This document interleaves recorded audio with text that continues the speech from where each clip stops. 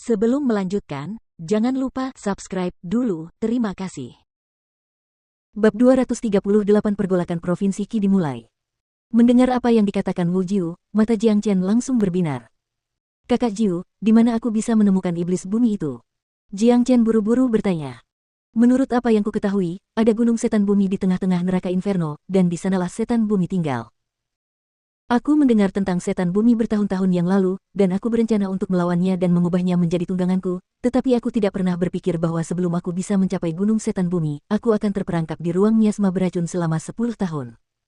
Wu Jiu berkata dengan ekspresi getir dan mengejek diri sendiri. Gunung setan bumi. Jiang Chen merasakan emosi campur aduk di hatinya. Tempat itu sebenarnya terletak di area terdalam neraka inferno, tidak diragukan lagi itu akan menjadi tempat yang mengerikan. Tapi, Earth Devil itu adalah monster Early Combat Soul 10 tahun yang lalu. Sekarang, 10 tahun telah berlalu, dan aku yakin dia pasti telah menjadi lebih kuat, mungkin belum mencapai ranah Mid Combat Soul, tetapi setidaknya dia pasti telah mencapai puncak ranah Early Combat Soul.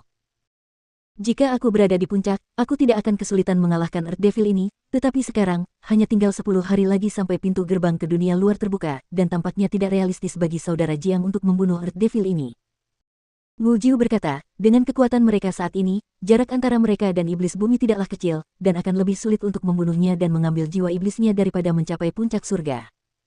Aku harus mendapatkan jiwa iblis-iblis bumi apapun yang terjadi, ini adalah alasan terpenting mengapa aku datang ke neraka inferno. Apakah saudara Jiu tahu bagaimana kita bisa sampai ke gunung iblis bumi? Jiang Chen menatap Wu Jiu dan bertanya. Iblis bumi adalah spesies tertinggi di antara semua spesies iblis, ia pasti akan tinggal di tempat di mana energi iblis paling banyak dapat ditemukan. Jika tebakanku benar, ia pasti terhubung ke gua iblis. Jika kita melintasi gua iblis, kita akan dapat mencapai gunung iblis bumi. Namun, begitu kita memasuki gua iblis, iblis jahat itu pasti akan menyerbu kita.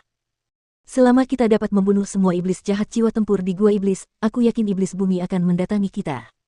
Kata Wu Jiu. Bunuh semua iblis jahat jiwa tempur. Jiang Chen mengerutkan kening. Ini adalah sesuatu yang mustahil baginya. Keberadaan jiwa tempur itu telah membentuk jiwa tempur di dalam tubuh mereka, yang setara dengan jiwa baru lahir seorang kultivator. Selama jiwa tempur itu tidak hancur, seseorang akan memiliki kesempatan untuk bereinkarnasi. Ada jurang pemisah yang sangat lebar antara alam inti ilahi dan alam jiwa tempur, jurang pemisah antara kekuatan mereka tidak ada bandingannya. Oleh karena itu, meskipun Jiang Chen telah menerobos ke alam inti ilahi, memiliki 1000 tanda naga, dan dapat melawan prajurit inti ilahi akhir manapun, ia masih belum sebanding dengan prajurit jiwa tempur. Dengan kultivasinya saat ini, ia masih harus melarikan diri saat menghadapi iblis jahat jiwa tempur di gua iblis. Kita hanya punya sedikit waktu tersisa, dan mustahil bagimu untuk mencapai level di mana kau bisa membunuh iblis bumi itu. Sedangkan aku butuh setidaknya beberapa bulan untuk memulihkan kultivasiku ke ranah jiwa tempur. Dilihat dari situasi saat ini, jika saudara Jiang bersikeras membunuh iblis bumi itu, aku khawatir hanya ada satu cara tersisa, dan itu adalah metode yang tidak pasti. Kata Wu Jiu. Mata Jiang Chen berbinar, lalu dia bertanya, metode apa itu? Apakah saudara Jiang tahu mengapa semua iblis dan setan itu tidak berani menyerang kota inferno? Wu Jiu bertanya. Kurasa ada sesuatu di kota inferno yang ditakuti oleh para iblis dan setan itu. Kalau tidak, seluruh kota pasti sudah lama ditaklukkan oleh mereka. Kata Jiang Chen. Big Yellow telah merasakan bahwa ada harta karun yang tersembunyi di suatu tempat di dalam kota inferno ketika mereka tiba di tempat itu. Harta karun yang dapat dirasakan oleh Big Yellow pastilah sesuatu yang luar biasa, dan alasan mengapa monster-monster itu tidak berani menyerang kota inferno pasti ada hubungannya dengan harta karun itu. Kau benar, di dalam kota inferno memang terdapat sebuah harta karun. Berkat perlindungan harta karun itulah, kota inferno menjadi tempat paling aman bagi manusia untuk beristirahat di neraka inferno. Tak ada setan atau iblis yang bisa mengganggu. Wu Jiu berkata, hal pertama yang dia lakukan ketika dia tiba di neraka inferno beberapa tahun yang lalu adalah mencari tahu tentang rahasia kota inferno. Apakah saudara Jiu tahu harta karun apa itu? Jiang Chen bertanya. Aku tidak tahu, aku belum pernah melihatnya sebelumnya. Aku mencoba mencarinya, tetapi tidak berhasil. Namun, aku yakin harta karun itu ada, dan dugaanku adalah dibutuhkan takdir yang hebat untuk dapat menemukan dan memperoleh harta karun ini. Takdirku tidak cukup hebat, dan itulah sebabnya aku tidak dapat menemukannya.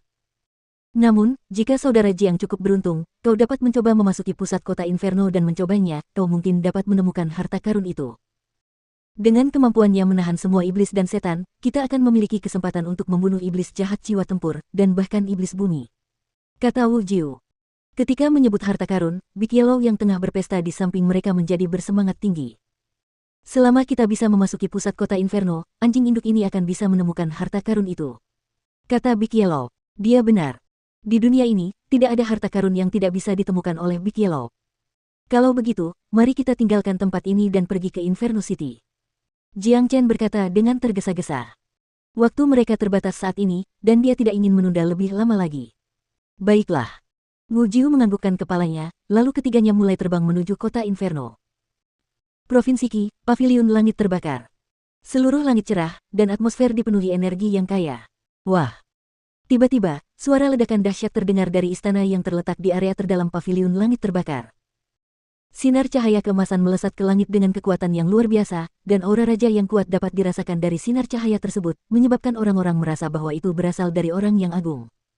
Mereka tidak dapat menahan diri untuk tidak mengagumi dan memujanya dalam benak mereka.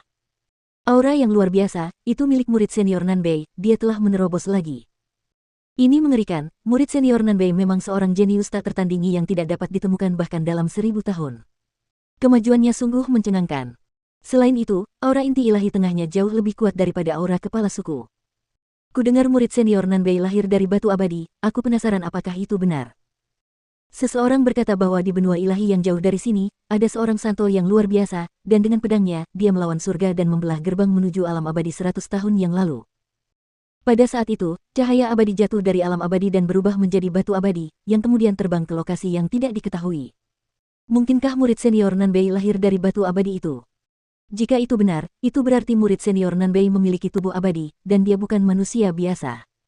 Ini mengerikan. Banyak orang berdiskusi dengan suara pelan.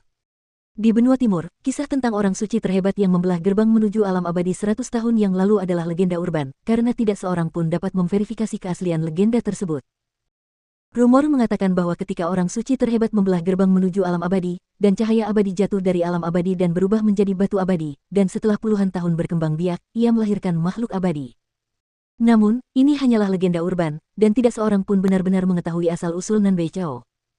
Saya mendengar bahwa setelah murid senior Nanbei menyelesaikan kultivasinya yang terpencil, dia akan menyerang 3 sekte besar lainnya dan menguasai seluruh provinsi Qi.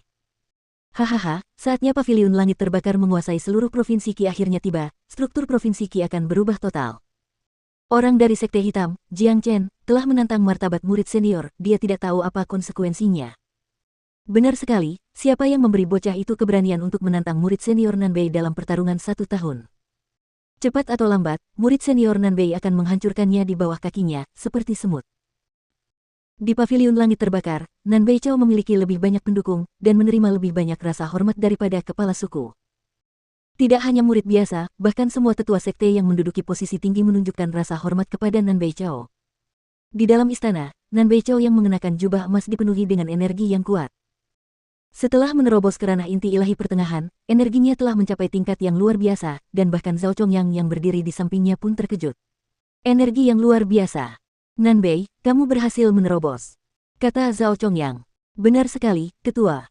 Aku telah berhasil menembus alam inti ilahi pertengahan. Sekarang saatnya untuk menyerang 3 sekte besar lainnya. Mari kita mulai dengan sekte pedang surgawi. Kata Nanbei Chao.